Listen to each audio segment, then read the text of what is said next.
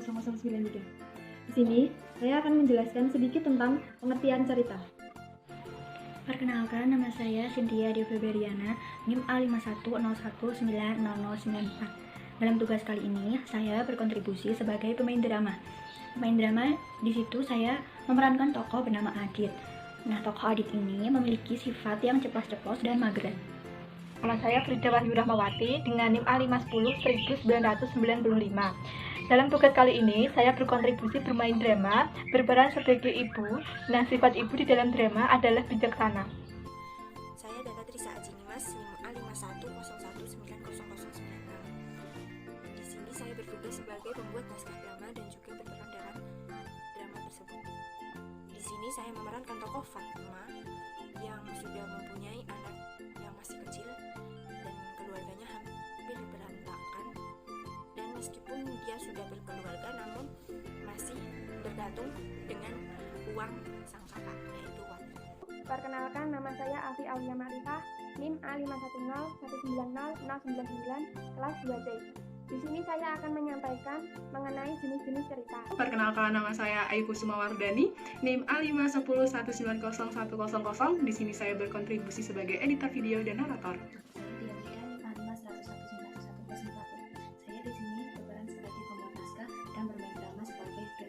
Di sini, saya Anissa Nurlebdaningrum akan menjelaskan tentang ciri-ciri cerita atau bercerita. Perkenalkan, saya Farida Tunasyiroh, NIM A510190103. Dalam tugas kali ini, saya berperan sebagai pemain drama dengan tokoh Wati.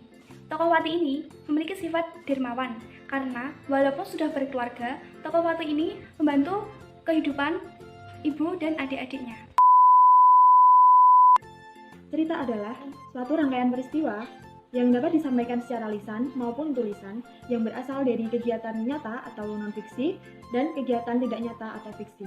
Cerita mempunyai ciri-ciri, yaitu yang pertama, memiliki tema. Tema adalah gagasan ide atau pikiran yang ada di dalam cerita atau pokok cerita yang ingin disampaikan di dalam cerita. Tema cerita itu sendiri mempunyai ciri-ciri. Yang pertama, persoalan yang paling menonjol. Kedua, persoalan yang banyak menimbulkan konflik. Ketiga, persoalan yang paling banyak membutuhkan waktu pemberitaan. Kedua, memiliki amanat atau pesan. Amanat atau pesan adalah sebuah pesan atau ajakan moral yang disampaikan pengarang di dalam cerita. Amanat biasanya berisi hal yang baik atau positif. Yang ketiga, memiliki tokoh dalam cerita. Tokoh dalam cerita adalah individu yang mengalami peristiwa di dalam cerita. Individu itu sendiri dapat berwujud manusia, binatang, hewan, atau yang lainnya. Yang keempat, memiliki watak dalam cerita. Watak dalam cerita itu sendiri juga penggambaran watak atau sifat tokoh dalam cerita. Berdasarkan watak dan sifatnya dibagikan menjadi 3, yaitu protagonis, yaitu tokoh yang berwatak baik, antagonis, yaitu tokoh yang berwatak kurang baik atau jahat, ya sebagai penentang protagonis juga. Yang ketiga, tritagonis, yaitu tokoh yang menjadi penengah antara protagonis dan antagonis. Yang kelima, memiliki alur cerita. Alur cerita itu ada 3. Yang pertama, alur maju progresif.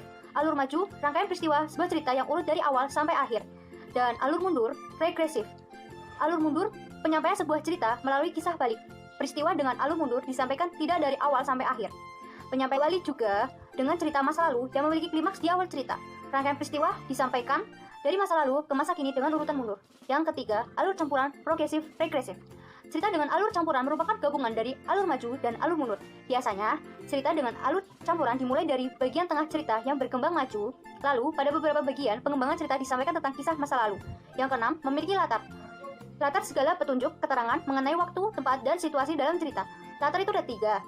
Latar tempat yang berkaitan dengan di mana peristiwa dan cerpen itu terjadi, seperti di sekolah, di rumah, di kantin, di puskesmas, di rumah sakit, di pasar, dan lain-lain. Latar waktu itu berkaitan dengan kapan peristiwa dalam cerpen itu terjadi, seperti pada siang hari, sore hari, masa kini, masa lalu, dan lain-lain. Latar suasana berkaitan dengan perasaan atau suasana kejadian peristiwa dalam cerpen itu sendiri, seperti berduka, merenung, sedih, nangis, mengejutkan, mengagetkan, dan lain-lain. Yang ketujuh, memiliki sudut pandang. Sudut pandang adalah cara pengarang menggambarkan tokoh dalam cerita. Pengarang dapat berperan sebagai tokoh yang berperan langsung dalam cerita atau menggunakan orang atau benda lain sebagai pemeran dalam cerita. Yang 8, memiliki bentuk tulisan yang padat, singkat, dan lebih pendek dibandingkan dengan novel. Yang ke-9, tulisannya kurang dari 10.000 kata. Yang ke-10, sumber cerita berasal dari kehidupan sehari-hari, baik itu pengalaman pribadi maupun pengalaman orang lain. Yang ke-11, penokohannya begitu sederhana, singkat, serta tak mendalam. Yang terakhir, 12, tidak melukiskan seluruh kehidupan pelaku karena mengangkat masalah tunggal saja. Di sini saya akan menyampaikan mengenai jenis-jenis cerita. Berdasarkan ciri-cirinya, cerita dibagi menjadi dua, yaitu cerita lama dan cerita baru. Jenis cerita lama yaitu satu, dongeng. Dongeng adalah cerita tentang sesuatu yang tidak masuk akal, bersifat khayal, dan tidak pernah terjadi. Macam-macam dongeng yaitu yang pertama, mite. Mite adalah dongeng yang berhubungan dengan kepercayaan masyarakat setempat mengenai adanya makhluk halus. Yang kedua yaitu legenda. Legenda adalah dongeng yang berisi tentang kejadian alam yang unik dan aneh. Yang ketiga, fabel. Fabel adalah dongeng yang berisi tentang kehidupan binatang yang diceritakan menyerupai kehidupan manusia. Yang keempat, sage atau saga. Sage atau saga adalah cerita kegagah-beranian seorang pahlawan yang terdapat dalam sebuah sejarah. Cerita lama yang kedua yaitu hikayat. Hikayat adalah cerita yang menggambarkan tentang raja atau dewa dan bersifat khayal. Jenis cerita lama yang ketiga yaitu cerita berbingkai. Cerita berbingkai adalah cerita yang di dalamnya terdapat beberapa cerita sebagai sisipan. Cerita lama yang keempat yaitu cerita panji. Cerita panji adalah cerita yang sama seperti hikayat, namun berasal dari kesastraan Jawa. Cerita lama yang kelima yaitu tambo. Tambo adalah cerita tentang asal-usul keturunan raja yang bersifat khayal. Selanjutnya, jenis cerita baru. Cerita baru adalah bentuk karangan bebas yang sudah tidak terikat oleh sistem sosial dan struktur kehidupan masyarakat lama. Setelah sholat Idul Fitri, dia teringat dengan keluarganya yang ada di rumah dan memikirkan nasib adik-adiknya dengan kondisi sekarang ini. Alhamdulillah ya Allah, hamba bersyukur kepadamu atas berkat rahmat serta rezekimu.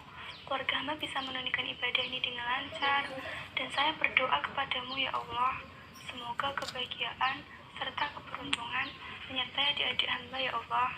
Amin.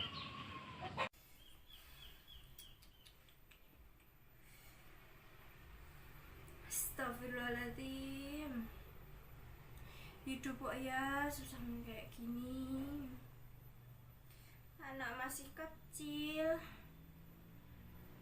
Mbak Wati mah enak, hidup bahagia terus, banyak uang.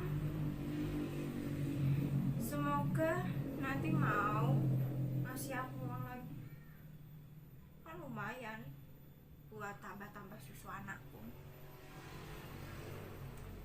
Ya gini, kalau nikah muda, nikah cepet-cepet, belum tahu arahan, berantakan. Sabar ya nak. Berjalan mondar-mandir, kemudian duduk, karena terjebak di kosan karena corona, jadi tidak bisa pulang, dan belum mendapat pekerjaan baru setelah di PHK.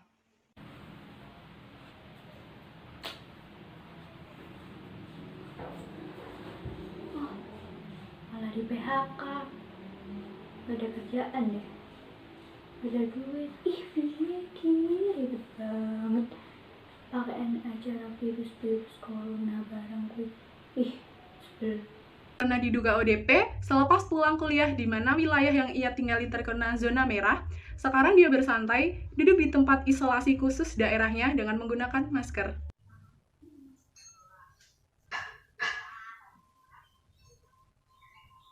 Sedang menuangkan air di gelas yang hendak diminumnya.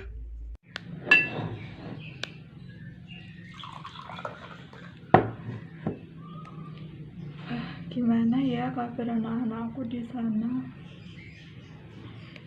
Mereka sehat-sehat atau enggak ya? Fatma yang sedang membuka teleponnya dan hendak menghubungi Mbak Wati, akan tetapi sebelumnya Mbak Wati sudah menghubungi semua saudaranya melalui via call Zoom.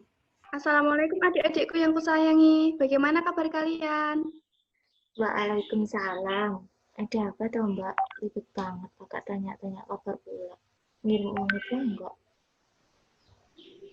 Mbak Wati toh, tadi mau aku VC loh Mbak buat silaturahmi.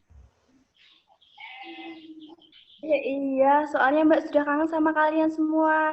Dan untukmu Beca, hematlah uang, jangan buat beli skincare saja, ditabung uangnya buat masa depanmu nanti. Tadi udah kesambung kok diem aja loh. Adit yang tadinya mager langsung menyahut sapaan kakaknya itu. Waalaikumsalam. Wes toh mbak, jangan buat masalah terus. Kita mau minta uang sama Mbak Wati toh. Gus menang dong. Rusak rencana aja loh kamu ini. Nggak apa-apa. Ntar kalau ada rezeki lagi, Mbak kirim lagi deh buat kalian semua. Asik, alhamdulillah rezeki nomplok. Nah, seneng tau iki Mbak. Ketahuan lah niat busuk Mbak. Udah langsung ke intinya aja Mbak, nggak usah basa-basi. Kumpul kabeh, gimana kabar kalian? Sehat dan senang semuanya toh? Iya, Bu. Alhamdulillah sehat semuanya. Senang ya toh, Mbak. Hidup kayak gini kok susah. Bu, moneynya jangan lupa money. Iya loh Bu, aku sekarang di PHK karena corona. Semua perusahaan sekarang nggak ada kerjaan. Sabar, sabar. Semuanya pasti ada hikmahnya toh. Walat kamu sama ibu.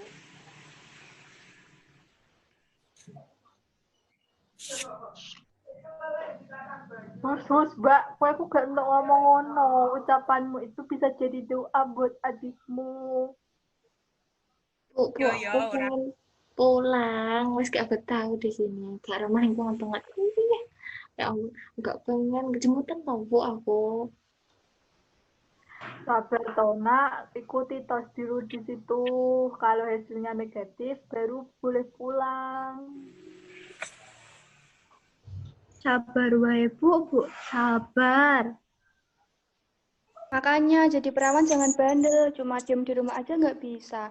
Nah sekarang giliran teman mainmu positif COVID, kamu juga jadi ODP kan? Ya semoga saja Rebecca bisa negatif. Astagfirullahaladzim, namanya aja musibah Mbak.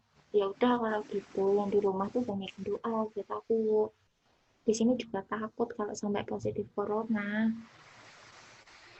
Terus di rumah itu juga doain anak-anak, ibu biar dikasih jalan keluar semuanya yang baik-baik. Kangen. Ibu ya kangen loh, biasanya pada ngumpul kan di rumah itu rame, terus makan opor bareng-bareng. Nah ini di rumah sepi nyenyet loh.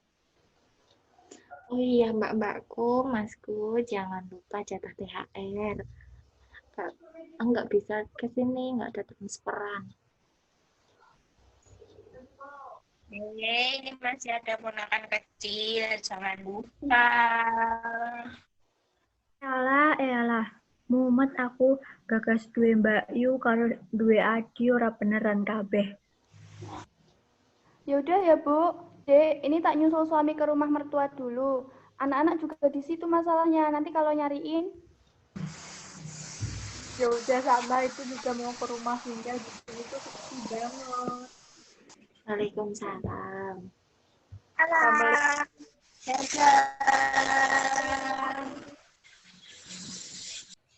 Semua sudah terputus kecuali Rebecca dan Adit. Nopo cengar-cengir? Kangen mbakku.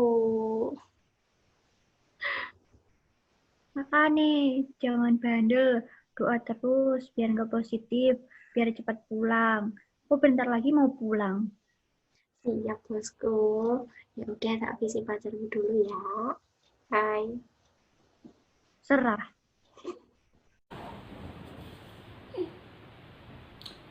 Wah, bingung apa? Mending turu.